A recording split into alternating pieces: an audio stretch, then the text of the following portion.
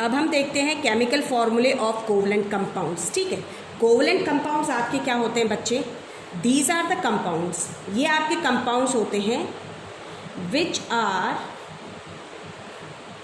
Formed by sharing of electrons, यानी यहाँ पर इलेक्ट्रॉन्स जो हैं वो ना तो गेन हो रहे हैं ना लूज हो रहे हैं, यानी कोई एटम लूज नहीं कर रहा है तो कोई गेन नहीं कर रहा है, तो कोई आयन फॉर्मेशन नहीं होती है इन कंपाउंड्स में, ये ध्यान रखिएगा।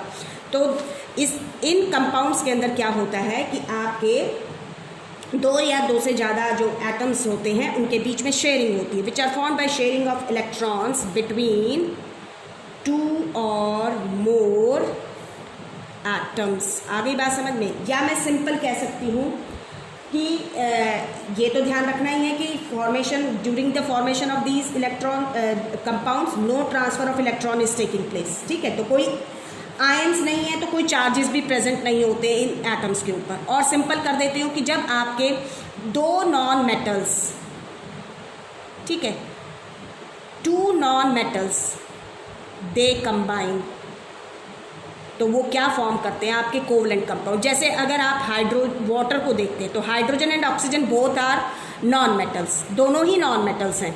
आगे बात समझ में? तो ये एक कोवलेंट कंपाउंड है। कार्बन डाइऑक्साइड को देखिए, carbon and oxygen both are non metals, तो ये एक कोवलेंट कंपाउंड है। आगे बात समझ में? ठीक है, तो अब हम क्या देख रहे हैं, हम इनकी कोवलेंट कंपाउंड्स के स्टेप्स जो होते हैं, कैसे इनके केमिकल फार्मूलाज कैसे लिखेंगे। तो स्टेप्स में सबसे पहले सेम वही चीज़ है, कुछ थोड़ा सा अंतर ये है कि right the symbols of the constituent elements of the compound side by side लिखिए आप। ठीक है, इस तरीके से इन सच अ वे, क्योंकि दोनों ही नॉन मेटल्स हैं तो इस तरीके से लिखना है, इन सच अ वे दैट लेस इलेक्ट्रोनेगेटिव, इन दोनों में जो लेस इलेक्ट्रोनेगेटिव एलिमेंट होता है is on the left and the more electronegative element is on the right hand side। ये इस तरीके से होता है। और सेकंड वही रहता है, हमने वैलेंसीज जो होती हैं इनकी, write the valency below the symbols, इनके सिम्बल्स के नीचे इनकी वैलेंसीज लिखिए, and then criss cross the valency number को आप क्रिस क्रॉस कीजिए। ठीक है, टू राइट देम, कैसे लिखते हैं? To write them as subscript of the symbols का सबस्क्रिप्ट लिखने के लिए क्रिस क्रॉस करेंगे, ये ध्यान रखिएगा। और फिर वही है थर्ड स्टेप, इफ नीडेड, अगर ज़रूरी है, if needed divide these numbers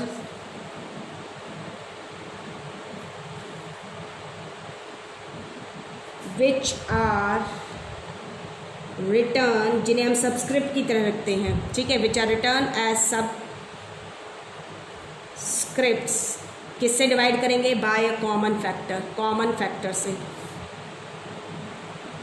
समझ में आ गई? जैसे सबसे पहले हम वाटर को ही लेते हैं, मान लो, ठीक है, तो वाटर के अंदर बच्चे आप सभी को पता है हाइड्रोजन जो है और ऑक्सीजन, तो दो एलिमेंट प्रेजेंट होते हैं इसमें, हाइड्रोजन एंड ऑक्सीजन, दोनों ही नॉन मेटल है। हाइड्रोजन लेस इलेक्ट्रोनेगेटिव है ऑक्सीजन के कंपैरिजन में। ठीक है, तो हम इसका सिंबल पहले लिखेंगे ओ। हाइड्रोजन की जो वैलेंसी होती है, हाइड्रोजन आयन की बात कर रहे हैं, तो 1+ है, ऑक्साइड 2- है, क्रिस क्रॉस कर दीजिए, तो आपका क्या आ गया? H2 इधर आ गया, O के साथ 1। ठीक है, तो 1 हम लिखते ही नहीं है। ऐसे कार्बन डाइऑक्साइड है मान लो, तो carbon is more less electronegative than oxygen, oxygen ज़्यादा होता है तो ये लिखा। कार्बन की वैलेंसी जो होती है 4+, मान लो 4 है, ठीक है। ऑक्सीजन की जो होती है, हम ऑक्साइड आयन ले रहे हैं यहाँ पर जो होती है आपका ये ऑक्सीजन है, इसकी वैलेंसी होती है 2।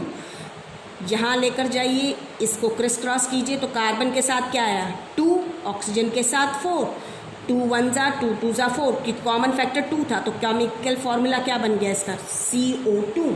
ऐसे ही आप देखिए, मान लीजिए हमारे पास है हाइड्रोजन क्लोराइड, आ गई बात समझ में। तो सिंबल जो होता है हाइड्रोजन का H, क्लोराइड का Cl, ठीक है। तो हाइड्रोजन जो है उसकी वैलेंसी है 1, क्लोराइड जो है उसकी 1, ये यहाँ गया, इसका चार्ज यहाँ आया, आ गई बात समझ में। तो जो चार्जेस हैं, जो वैलेंसीज हैं हम क्रिस क्रॉस कर देंगे, H के साथ 1, Cl के साथ 1, और हमें पता है 1 रिप्रेजेंट नहीं करते हैं तो फॉर्मूला क्या बन गया HCl। ऐसे ही देखिए हमारे पास है, मान लीजिए अमोनिया, तो अमोनिया को बनाने वाले जो कॉन्स्टिट्यूएंट एलिमेंट्स हैं वो कौन हैं, नाइट्रोजन एंड हाइड्रोजन है, ठीक है। तो नाइट्रोजन का सिंबल लिखा, हाइड्रोजन का सिंबल लिखा। जो नाइट्रोजन होता है इसकी वैलेंसी होती है 3, हाइड्रोजन की 1, ठीक है। आप क्रिस क्रॉस कीजिए तो नाइट्रोजन के साथ क्या आएगा 1, हाइड्रोजन के साथ 3, लेकिन 1 लिखते नहीं है, तो जो फाइनल फार्मूला होएगा वो क्या होएगा NH3। तो दिस इज अमोनियम। आ गई बात समझ में। ऐसे ही आप देखिए, हम लिखते हैं सपोज करो मीथेन।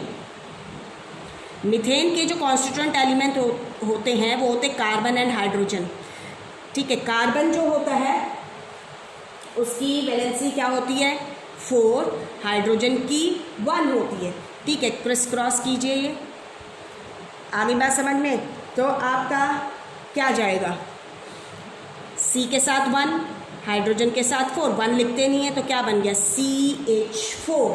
इसी तरीके से देखिए, मान लीजिए हमारे पास है कार्बन टेट्रा क्लोराइड, ठीक है। तो कार्बन और chloride, carbon C, chloride Cl, carbon 4, chloride 1, criss cross कर दीजिए, कार्बन के साथ 1, Cl के साथ 4, ठीक है। तो ये हो गया आपका CCl4, this is carbon tetra chloride. आगे बात समझ में।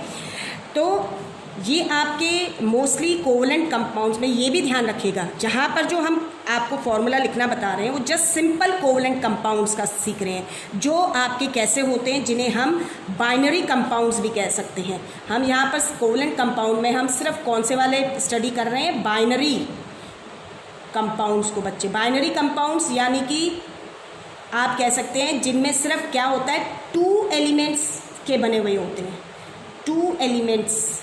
आगे बात समझ में, made up of only 2 elements, 2 he elements आप देखिए, hydrogen oxygen, carbon oxygen, hydrogen and chlorine, nitrogen and hydrogen, carbon and hydrogen, carbon and chlorine. आगे बात समझ में। ऐसे ही आप देख सकते हैं, जैसे मान लीजिए मैं लिखना चाहूँ, एक और एग्जांपल लेती हूँ, जैसे हाइड्रोजन सल्फाइड है, आप देख सकते हैं। हम एक और एग्जांपल ले सकते हैं, मान लीजिए मैं लिखना चाह रही हूँ किसका, हाइड्रोजन सल्फाइड को देखिए आप। हाइड्रोजन सल्फाइड के अंदर हाइड्रोजन का सिंबल H, सल्फाइड यानी सल्फर S, हाइड्रोजन की वैलेंसी 1 होती है, सल्फाइड की 2 होती है। आप क्रिस क्रॉस कीजिए, ठीक है। तो हमारे पास H के साथ 2 आया, S के साथ 1 आया, लेकिन 1 नहीं लिखते तो हम क्या लिखेंगे H2S। दोनों ही नॉन मेटल्स के अंतर्गत आते हैं, ये ध्यान रखिएगा। तो like this we are able to write the chemical formula of the covalent compounds, ठीक है। तो this is all about chemical formula.